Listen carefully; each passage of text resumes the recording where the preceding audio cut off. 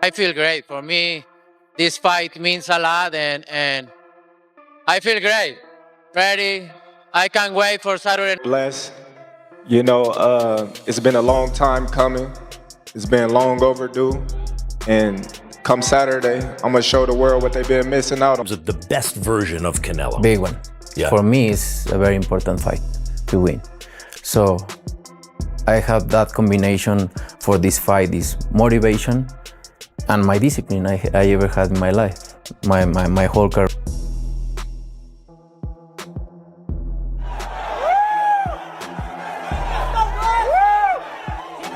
Canelo has made it clear what he wants to do. He told me, "I want to do everything I can for Crawford." The wonderful Mexican isn't just working. He's crazy about it. Every workout, everything is set up so that there are no excuses when the bell rings. First things first, a lot has been made about your sparring session with Boots, with Boots Ennis. How did that happen? What happened?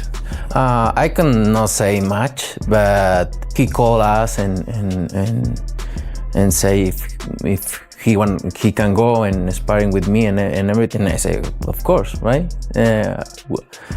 A fighter like me, we always want great sparrings because there is the thing. Good, very good, and I'm very grateful with him because he make that time to go and give me a good. Canelo has reached his goal in more ways than just his strength and chin.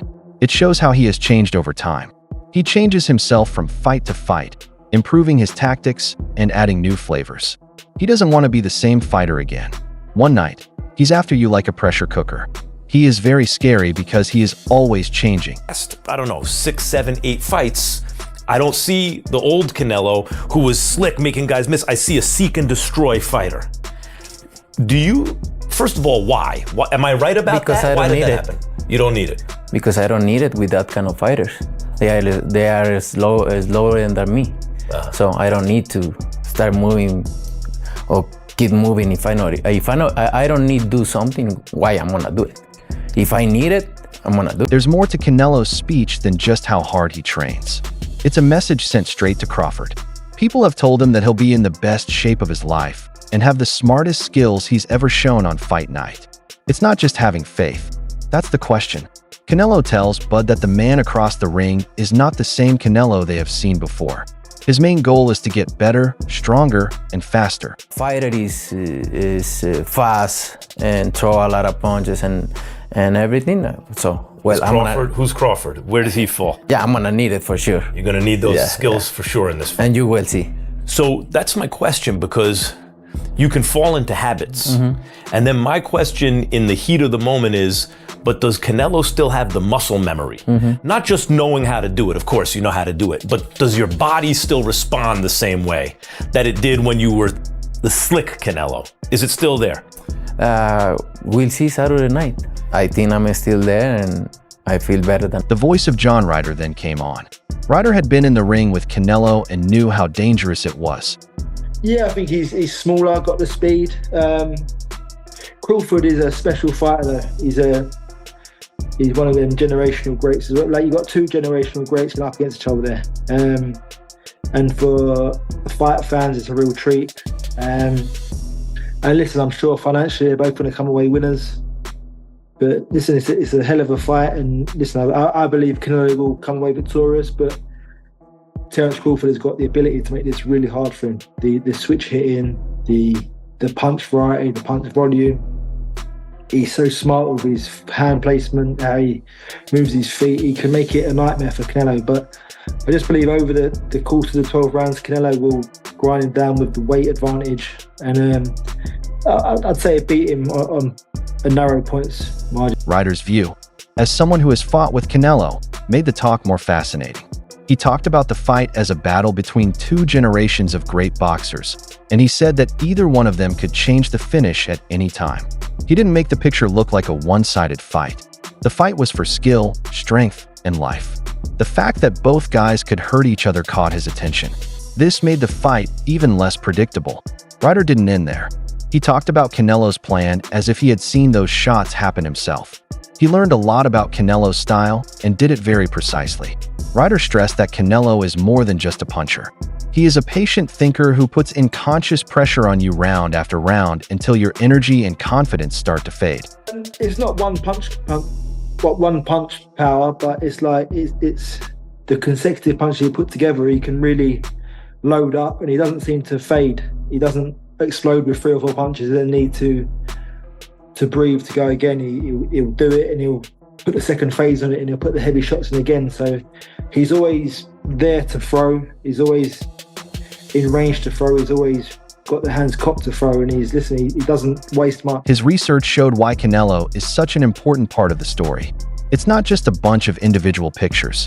It is the steady flow of mixtures that puts pressure on things. From Ryder's perspective, it was clear how dangerous it could be to be near someone who never loses a chance to speak up.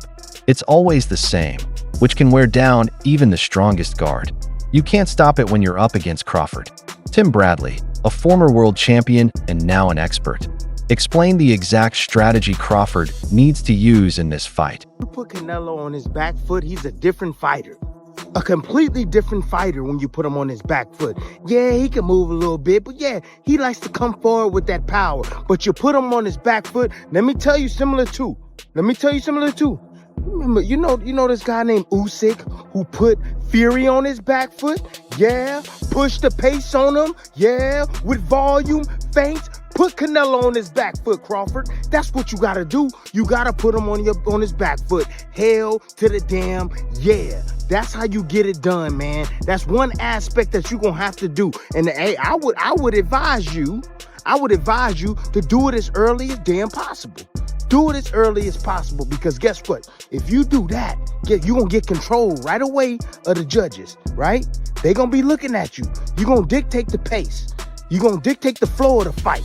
You gotta have him react to you, not you reacting to him. That's how you gain control of the fight real quick, real soon. Get active with that. That way of thinking could make the fight very different from what most people expect. Some of Crawford's gym buddies even notice this and tell him they're sure of him. Nah, he's strong. That man is strong. He's strong. So I don't think he'll have a problem, you know what I'm saying, with that. Being able to compare notes with Stanton, who has fought Crawford, gives the story more weight, suggesting a level of toughness and raw skill that is rarely seen in public. Stanton's comments made people remember that Crawford is not only talented at what she does, but she's also built to handle pressure. His words showed confidence even though he didn't say it, and you knew exactly what he'd been through. That secret strength could be the thing that makes the difference when the lights are on. Stanton even pointed out what he thinks is Crawford's clearest way to succeed. Just use his skills. I think he has the better skills, and I say just box him, you know what I mean? Just box him the whole. Instead of competing directly, he provided guidance by allowing experts to handle the work. He said Crawford was an expert who could take apart big men based on how smart they were at punching. It was clear what the message was. Stay smart and sharp, and let boxing take the lead. For 37 years old, like, he's training like he's like 25. Like, I don't think there would be no problem at all. Anything you feel like? Yeah, it's power. So from the sounds of it, you're quite confident Terence will defeat Canelo on Saturday? Correct. Obviously in the build-up, Terence has mentioned a bit that we might see a different version of him. We might see him be not necessarily aggressive, but he won't kind of just box and move and rely on his ability. Do you think we see Terence maybe try and push Canelo back a little bit? Yeah, I think, yeah, I think so, man. Ain't gonna lie. I say he box him the whole time, but I feel like he'll get in there and bang with him, you know what I mean? Get out, get back in, you know what I'm saying? Do you think he has the power to be able to do that consistently and to earn Canelo's respect? I don't know, we'll see. Because, you know, obviously Canelo, he's fought it from, 54 to 75, so he's fought big punchers. So, yeah.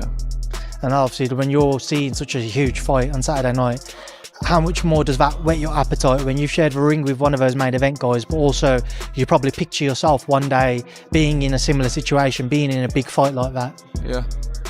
How much do you think about it yourself, being in that situation at some point in your career? I don't think about it. I don't think about it, man. What do you picture then when you think about picture him or no me? Yourself? So when you see a big fight like that on Saturday night, do you picture yourself one day being in a similar position Yeah, but I don't think about it. I could picture it though, but I don't think about it. Why do you not think about something like that? Not something for you to like kind of strive towards? Man, I ain't gonna lie. I just live one day at a time. You know what I mean? So I don't think too far into the future. But I do picture myself in a big fight like that one day. I really do. So if you weren't to look too far into the future, and if you allow me to do that for you, if I was to interview you in 1 year's time, where will you be in your career? Hopefully far, man. Fighting on a big card. Fighting on a big card. That's where I see myself. Well, listen, it's a pleasure to catch up with you. Enjoy the rest of your day. Enjoy the rest of your camp, and obviously enjoy the week that's the following Saturday night. Yep. Thank you.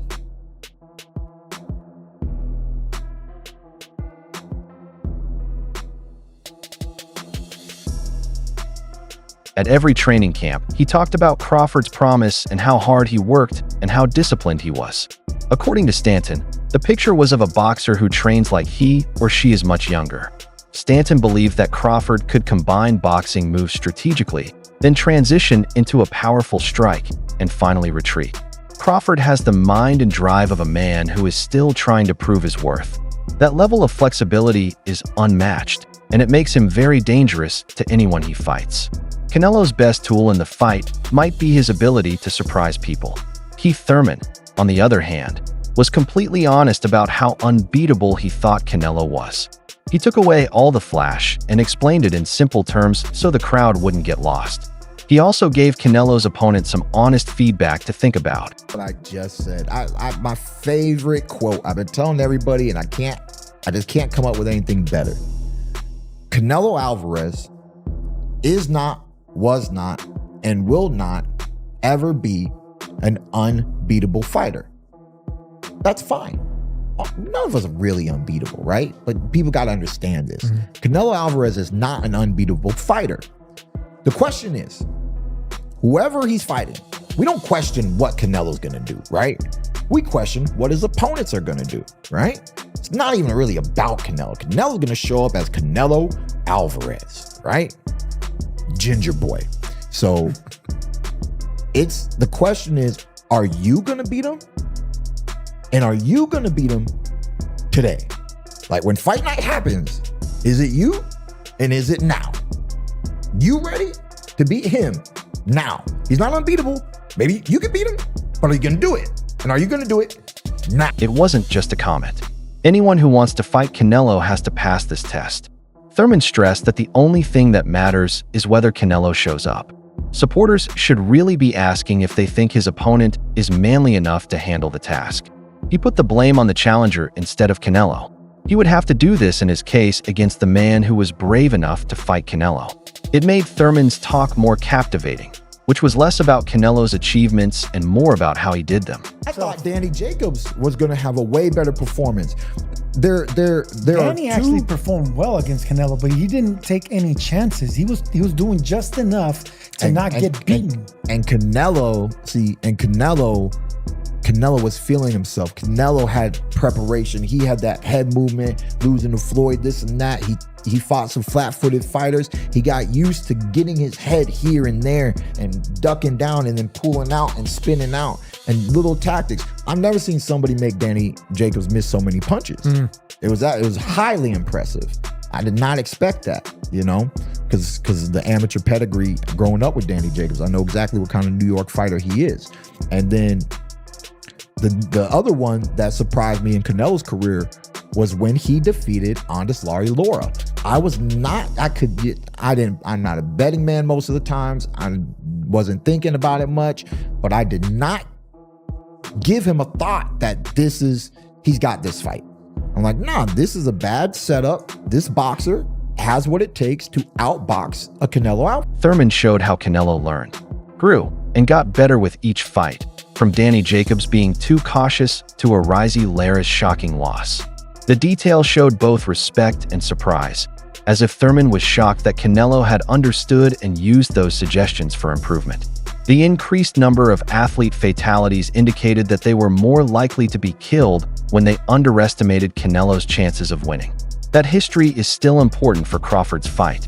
It would be easy to figure out how good Crawford's chances are, and Thurman did just that. So like I said about my statement for this fight, victory comes in preparation. The only way Bud Crawford even gets close to winning is through the preparation. We can say, oh, the extra weight, this and that, blah, blah, blah. He truly wants to win. What you will see within the first opening half is him working behind the jab. If he does not work behind the jab, he is not geared for the tactical approach. And the only other approach, which is the Hail Mary, is that you hurt the gorilla neck boy, you know? Ryder was the only one who made it sound bigger than he was. He used it as a test of the spirit. A fighter is someone who gets up every day ready to bleed and prove himself all over again. Talent is one thing. Who gets the most points when the lights are on? That's why the start is so important. If Crawford sets the pace early on, fireworks could go off in ways we didn't expect. But if Canelo sets up that cruel rhythm first, Bud may have to deal with a long, painful night. In either case, it says can't miss. What do you say? Is the smaller man too weak for Canelo's championship knowledge and raw power? Or will Crawford amaze everyone again by showing that size doesn't matter when beauty comes along? A knockout, a decision, and one big punch that changes the game. We'll be reading the comments to see what you think. If you want more tough analyses, new content, and in-depth looks at boxing's biggest events, don't forget to subscribe.